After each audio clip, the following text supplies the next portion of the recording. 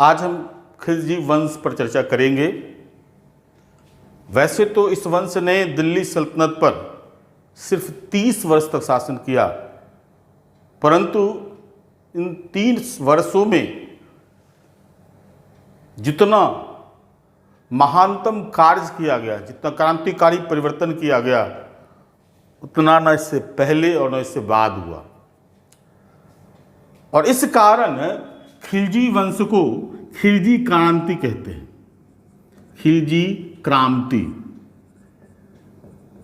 खिलजी क्रांति कहने का मतलब है कि पहली बार निम्न जाति के तुर्क को शासन प्राप्त हुई, इसलिए यह क्रांति है। निम्न जाति के तुर्क को शासन प्राप्त हुई, इसलिए यह खिलजी क्रांति है।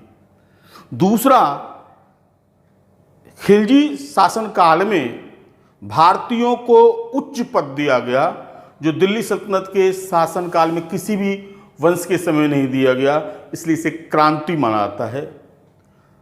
इसमें कुलीनता की जगह प्रतिभा को महत्व दिया गया, इसलिए इसे क्रांति कहा जाता है।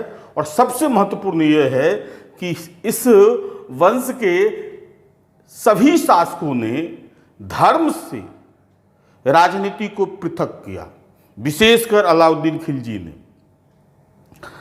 अगर हम इसका आरंभिक शासक जलालुद्दीन खिलजी, जिन्होंने खिलजी वंश की स्थापना की,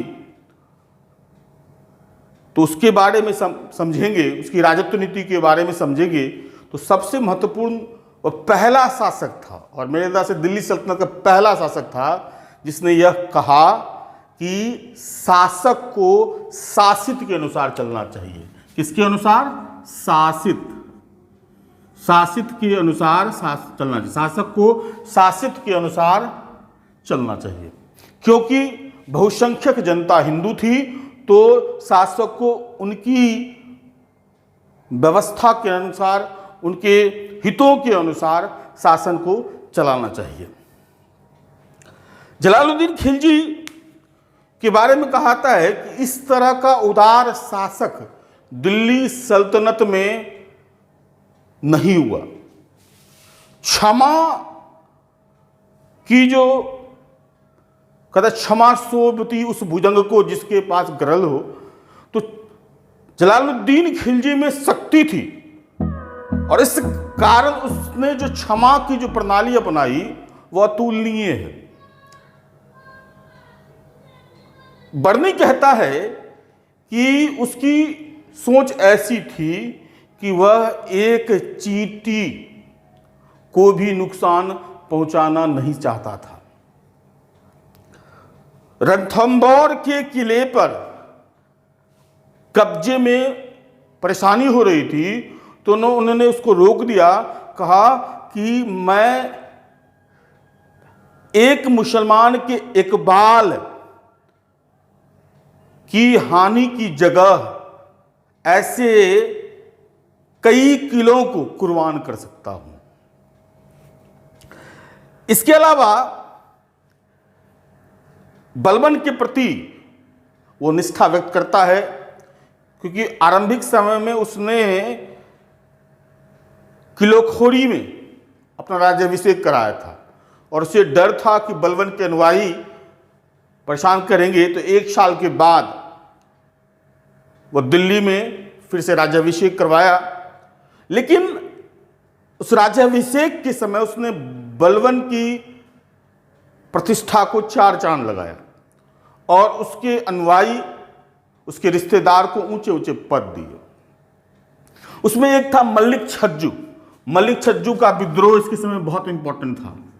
मल्लिक छज्जू यह बलबन का भतीजा था, और इसने मुक्सुद्दीन की उपाधि धारण कर अपने आप को स्वतंत्र शासक घोषित कर दिया। इसके खिलाफ सैनिक कार्रवाई की गई और इसको पकड़ के दरबार में लाया गया, लेकिन इसको क्षमा कर करके मुल्तान भेज दिया गया। इसके अलावा उसके समय में दिल्ली में बहुत सारी ठगी प्रथा काफी प्रचलित थी। बहुत सारे ठग परेशान करते थे। लोग 1000 से ऊपर ठगों को दिल्ली में पकड़ा गया, उसको मारा नहीं गया, क्षमा कर दिया गया और बंगाल भेज दिया गया। बंगाल भेज दिया गया। फिर अगर आप करेंगे मंगोल का आक्रमण इसके समय में हुआ। 2 आक्रमण बहुत महत्वपूर्ण है। एक अब्दुल्ला के समय में 1292 में, जिसमें अब्दुल्ला की पराजय हुई लेकिन मैत्री संधि कर ली गई। उसके बाद हलाकू खां के पौत्र उलुग खां ने आक्रमण किया और लगभग 4000 मंगोलों को पकड़ लिया गया। इसके बावजूद उसको मारा नहीं गया, उसको क्षमा दे दी गई और दिल्ली के आसपास बसाए गए और उन मंगोलों को नए मुसलमान कहे जाते हैं और शासन में उनको महत्वपूर्ण स्थान दिया गया। बाद में कहता है कि आंतरिक संघर्ष में ये बहुत महत्वपूर्ण भूमिका निभाए, नए मुसलमान। इस तरह अगर आप गौर करेंगे तो एक घटना और है, सिद्दी मौला। ये सूफी संत थे, बाबा गजे शंकर के शिष्य थे, अनुयायी थे। सिर्फ इनके साथ कायदा कठोरता का व्यवहार किया गया और हाथियों से कुचल दिया गया। उसके पीछे कारण था कि यह ज्ञात हो रहा था कि सिद्दी मौला तख्ता पलट की सोच रहा था। नहीं तो अधिकतर समय में यह जो है क्षमा पर विश्वास करता था और शासित के अनुसार यानी हिंदुओं को भी स्थान देने की कोशिश कर रहा था। लेकिन इसकी उदार प्रवृत्ति का नाजायज फायदा इसके भतीजे जो उसका दामाद भी था ने उठाया और करा मणिकपुर में धोखे से बुलाकर उसकी हत्या करवा दी और दिल्ली का शासक बन बैठा। लेकिन अलाउद्दीन खिलजी पूरे दिल्ली सल्तनत के इतिहास में महानतम शासक था। चाहे वह राजत्व नीति के संदर्भ में देखें, चाहे साम्राज्य विस्तार या साम्राज्यवादी नीति के संदर्भ में देखें, या भू राजस्व नीति के संदर्भ में देखें, या बाजार व्यवस्था के संदर्भ में देखें, या सैनिक व्यवस्था के संदर्भ में देखें, तो अलाउद्दीन खिलजी ने जो क्रांतिकारी परिवर्तन किए वह उसमें से कई आज भी अनुकरणीय है। राजत्व सिद्धांत के तहत उसने खुद को खलीफा का नायब घोषित किया और 3 आधार रखा राजत्व के सिद्धांत का। एक निरंकुशता,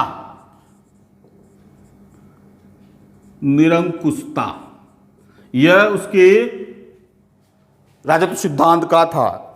दूसरा, धर्म और राजनीति का पृथकीकरण, धर्म और राजनीति का पृथक्करण, ये दूसरा उसका सिद्धांत था। और तीसरा, साम्राज्यवाद।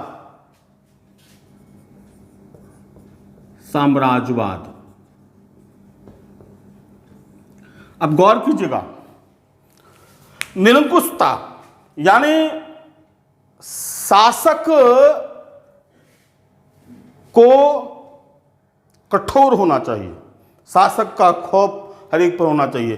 कहा जाता है कि बलवन की निरंकुशता से ज्यादा अलाउद्दीन खिलजी की निरंकुशता थी। लेकिन अलाउद्दीन खिलजी कुलीनवाद पर विश्वास नहीं करता था, वो प्रतिभा को महत्व देता था। जो भी योग्य व्यक्ति थे उनकी योग्यता के आधार पर पद उन्हें मिलता था। धर्म और राजनीति का पृथक्करण, जिसकी चर्चा काजी अताउल मुल्क मुक्सुद्दीन से बात करते हुए उसे पता कहता है कि अगर शरीयत के अनुसार अगर उसे लगेगा कि धर्म और राजनीति में जनता का हित धर्म से, शरीयत से अलग हट करके होगा तो हम उसको पसंद करेंगे। यानी शरीयत के मुकाबले जनता का हित, राजनीतिक हित को वरीयता देंगे। तो धर्म और राजनीति का पृथक्करण यहाँ भी है। और जलालुद्दीन खिलजी ने भी कहा कि शासक को शासित के अनुसार चलना चाहिए, जबकि बहुसंख्यक हिंदू थे उसके अनुसार चलना चाहिए। तो यहाँ अगर आप गौर करेंगे तो खिलजी क्रांति में या खिलजी वंश में धर्म और राजनीति का पृथक्करण, साम्राज्यवाद का सबसे बड़ा पैमाना अमीर खुसरो के राजत्व के सिद्धांत प्रतिपादन में आप देख सकते हैं। अमीर खुसरो अलाउद्दीन खिलजी को विश्व का सुल्तान कहता है और वो कहते हैं कि शासक को निरंतर युद्ध करते रहना चाहिए, जिससे कि उसकी शक्ति का एहसास हो। और अगर शासक युद्ध छोड़ देता है तो उसकी शक्ति का ह्रास होने लगता है। और साम्राज्यवादी विस्तार के दृष्टिकोण से ही उसने सिकंदर ए शानी यानी सिकंदर द्वितीय की उपाधि धारण की, सिकंदर द्वितीय की उपाधि धारण की और विश्व विजय की कामना करने लगा। बर्नी कहता है कि अलाउद्दीन खिलजी ने एक पृथक धर्म की स्थापना की और विश्व विजय के मार्ग पर जाने की कोशिश कर रहा था, लेकिन काजी अता उल मुल्क की सलाह पर उसने विश्व विजय का अभियान को त्याग दिया और भारत के साम्राज्य के सुदृढ़ीकरण पर ही जोर दिया। तो साम्राज्यवाद वो भी उसका सेप है। दूसरा, साम्राज्य को सुदृढ़ीकरण करने के लिए, विद्रोहों से साम्राज्य को बचाने के लिए उसने 4 अध्यादेश जारी किए। जैसे पहला था कि धनी व्यक्तियों से धन छीनना। अगर धनी व्यक्तियों से धन छीनेंगे तो कभी विद्रोह करने की सोचेगा नहीं। गुप्तचर विभाग का गठन करना, जो हर एक पर नजर रखे तो विद्रोह की भनक भी होगी तो पता चल जाएगा। तीसरा, मद्यपान निषेध उनको, क्योंकि शासक को लगता यह था अलाउद्दीन खिलजी को कि मद्य पी करके अमीर अपनी सीमा का अतिक्रमण कर लेते हैं, तो मद्यपान निषेध इसका एक था। चौथा था उत्सव सम्मेलन में अमीरों के मिलन पर रोक, विशेषकर अमीरों में वैवाहिक संबंध पर रोक, क्योंकि उसके लगता था कि अगर 2-4 अमीर आपस में मिल जाएंगे तो वो शक्तिशाली हो जाएंगे और विद्रोह कर देंगे। तो एक व्यवस्थित स्वरूप इसने दिया। साम्राज्यवाद उसकी राजत्व नीति का सबसे बड़ा आधार था और उसने उत्तर और दक्षिण के कई राज्यों पर विजय प्राप्त की और इसके लिए 4,75,000 सैनिक का गठन किया। हम इस पर विस्तृत चर्चा करेंगे साम्राज्यवाद के संदर्भ में कि उसका पहला आक्रमण 1297 ईस्वी में गुजरात के राजा कर्ण द्वितीय के समय हुआ और इसकी पत्नी कमला देवी, पराजित करने के बाद कमला देवी को पकड़ लिया गया, उससे विवाह किया गया। लेकिन इसी अभियान में खंबात की खाड़ी में मलिक काफूर को 1000 दिनार में खरीदा गया, जिसके कारण से 1000 दिनारी, 1000 दिनारी कहते हैं मलिक काफूर को। और इसी मलिक काफूर ने दक्षिण विजय के अभियान को पूरा किया, जिसकी हम चर्चा करेंगे। 1301 में इसने रणथंबोर के किले को जीता और 1303 में, दो महत्वपूर्ण है इसलिए चर्चा कर रहा हूं, और 1303 में चित्तौड़ पर कब्जा किया। इस दोनों अभियान में अमीर खुसरो साथ में था। चित्तौड़ अभियान के बारे में थोड़ी सी किंवदंती है।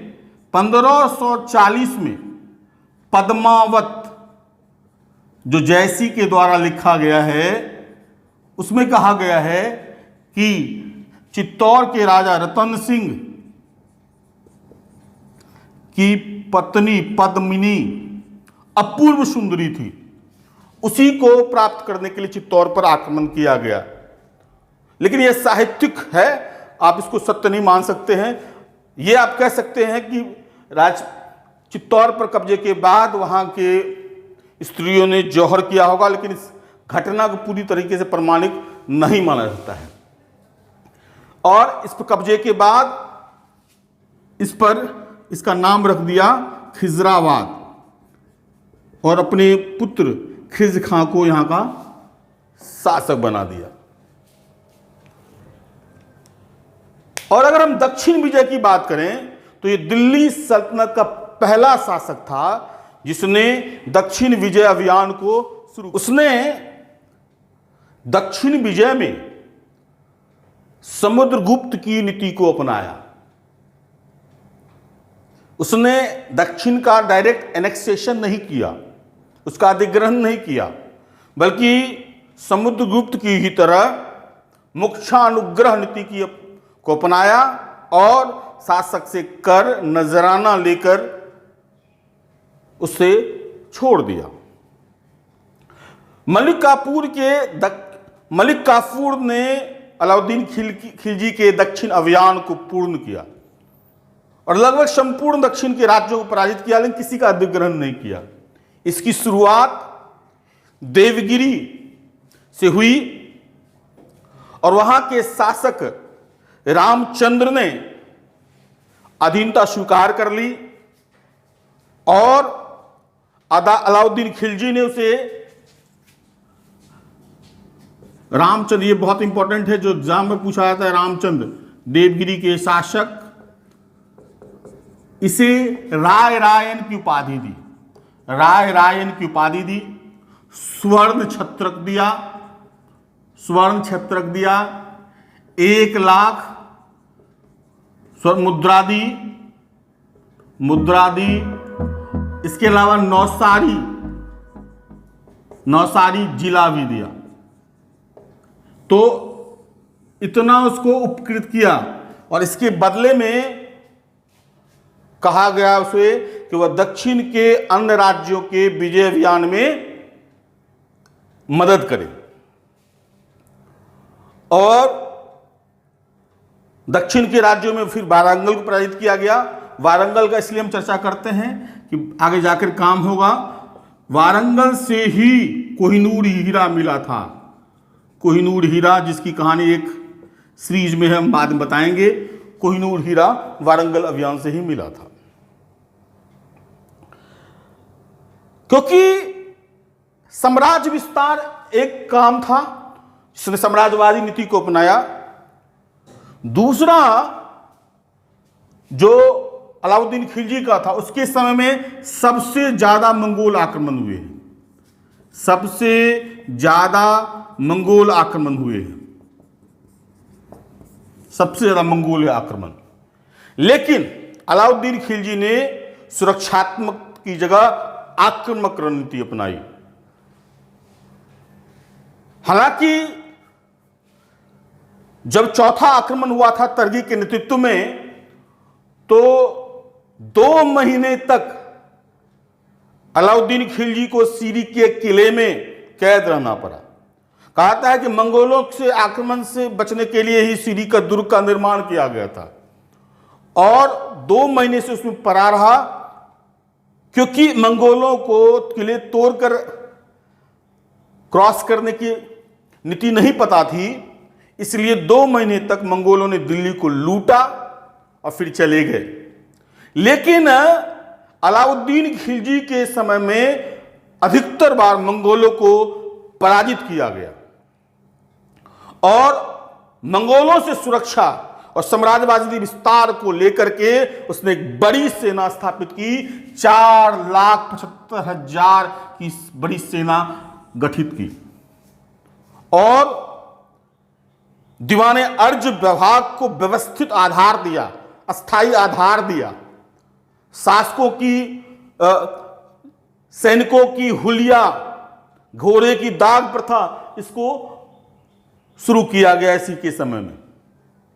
और क्योंकि इतनी बड़ी सेना थी और इसके लिए वेतन सबको भरपूर मात्रा में मिले, जिससे कि वह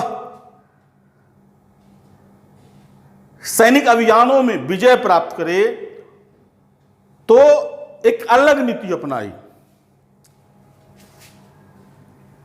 जैसे सबसे जो छोटा जो सैनिक होता था उसको 234 टंका प्रति वर्ष मिलता था। तो सोचा कि 234 टंके में ही उसका अच्छी तरह से भरण पोषण हो सके, तो उसने बाजार व्यवस्था लागू की। बाजार व्यवस्था लागू की। बाजार व्यवस्था का उद्देश्य, वैसे अलाउद्दीन खिलजी के संदर्भ में कहा जाता है, अमीर खुसरो कहता है कि दिल्ली के जनता के हित को ध्यान में रख करके उसने बाजार व्यवस्था लागू की। लेकिन वास्तविक में उसके बाजार व्यवस्था लागू करने के पीछे कारण था सैनिकों का कम वेतन में भी अच्छी तरह से भरण पोषण हो सके। और उसके लिए 8 अध्यादेश जारी किए। इसमें 2-3 चीज आपको इंपॉर्टेंट याद रखना होगा। एक सराय अदल, ये जो है न्याय सराय अदल, यह न्यायिक मामलों को देखता था और यह जो पूछता है बराबर कहां बना हुआ था, तो बदायूं द्वार में, बदायूं द्वार के पास यह बना था सराय अदल। दूसरा आपको याद रखना होगा, एक था कारवानी, ये याद रखना पड़ेगा। ये जो थे अनाज व्यापारी थे, आप कह सकते हैं कारवानी जो थे वो बंजारे थे जो अनाजों का आदान प्रदान करते थे। दूसरा एक और याद रखना पड़ेगा, मुल्तानी लोगों को विशेष अनुग्रह मिला हुआ था। ऊंचे कीमत की वस्त्रों का व्यापार मुल्तानी करते थे और इन व्यापारियों को अग्रिम राशि दी जाती थी। हर एक वस्तु के मूल्य नियत किए गए थे और कोई भी उससे अधिक या कम तौलता था तो उसके शरीर से उतना मांस काट लिया जाता था। इतना डर था। और उस पर निरीक्षण रखने के लिए सानाए मंडी विभाग की स्थापना की और उससे ऊपर दीवाने रियासत विभाग की स्थापना की। दीवाने रियासत विभाग यह अलाउद्दीन खिलजी के द्वारा स्थापित था, जो बाजार व्यवस्था को देखता था, और सानाए मंडी बाजार का निरीक्षण करता था। और साना मंडी कुछ गड़बड़ न कर लेगे तो उस पर मुनिहान और बरीद नामक गुप्तचर का जाल बिछा होता था। इस तरह से उसने कठोर व्यवस्था लागू की। आप ये कह सकते हैं कि राशनिंग व्यवस्था की शुरुआत इसी ने की। राशनिंग व्यवस्था की शुरुआत इसी ने की। फिर डाक व्यवस्था की शुरुआत इसी ने की और जब तक वह रहा यह प्रभावी रहा।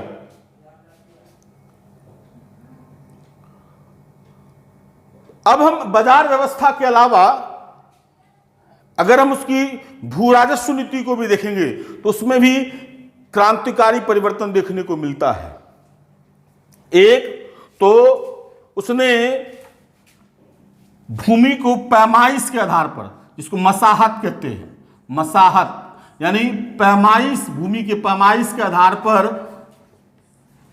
राजस्व का निर्धारण, और इसका इकाई जो था वो बिस्वा होता था, और कर 50%। व्यवस्था के लिए उसने दीवाने मुस्तखराज विभाग की भी स्थापना की, और उसने खुद मुकद्दम एवं चौधरी, ये मध्यस्थ वर्ग थे जो राजस्व वसूलते थे। 33% पहले राजस्व था और इसने 50% कर दिया, लेकिन वो ज्यादा वृद्धि नहीं हुई, क्योंकि खुद मुकद्दम और चौधरी का जो मध्यस्थ वर्ग वसूलते थे वो मिला के 50% हो जाता था। तो इन मध्यस्थ वस्तुओं का उन्मूलन कर दिया, खुद मुकद्दम चौधरी का उन्मूलन कर दिया और सीधा किसान से संबंध स्थापित किया। सीधा किसान से, परीक्षा में पूछा जाता है किसान से संबंध स्थापित करने वाला पहला शासक कौन था? मुस्तखर, यही अलाउद्दीन खिलजी। चौधरी जो था यह गांव में राजस्व वसूलने का अधिकारी होता था, और मुकद्दम जो होता था वह मुखिया हुआ करता था, और चौधरी जो के संदर्भ में कहा जाता था कि वह जमींदार हुआ करता था। इन सब का उन्मूलन करके डायरेक्ट किसान से संबंध स्थापित किया। और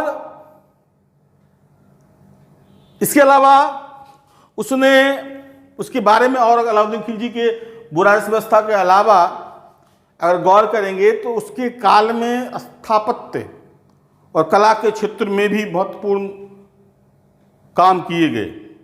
उसके दरबार में अमीर खुसरो जैसा महान साहित्यकार तो रहता था।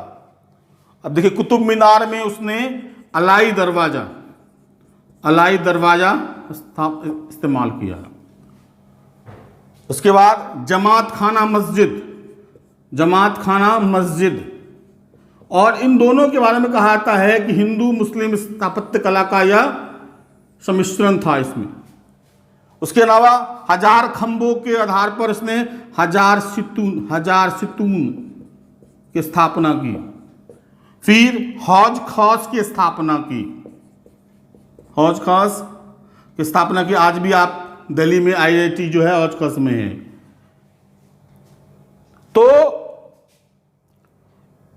अलाउद्दीन खिलजी साम्राज्यवादी था तो कला और स्थापत्य का संरक्षक भी था। उसने बुराइश व्यवस्था को एक व्यवस्थित आधार दिया, एक सुदृढ़ बाजार व्यवस्था लगाई, राशनिंग व्यवस्था लगाई, डाक व्यवस्था को प्रसिद्ध किया।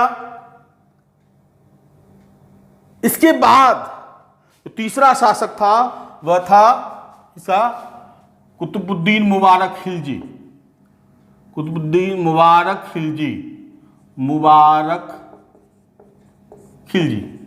इसके बारे में दो चीज याद रखिएगा। एक ये कि इसने खुद को खलीफा घोषित कर दिया, एक चीज ये। दूसरा याद रखिएगा कि यह नृत्य करते हुए नंगे दरबार में चला आता था। कुतुबुद्दीन मुबारक खिलजी की हत्या करके नसीरुद्दीन खुसरव शाह, ये बहुत इंपॉर्टेंट है, इसको ध्यान में रखिएगा। नसीरुद्दीन खुसरव शाह अप्रैल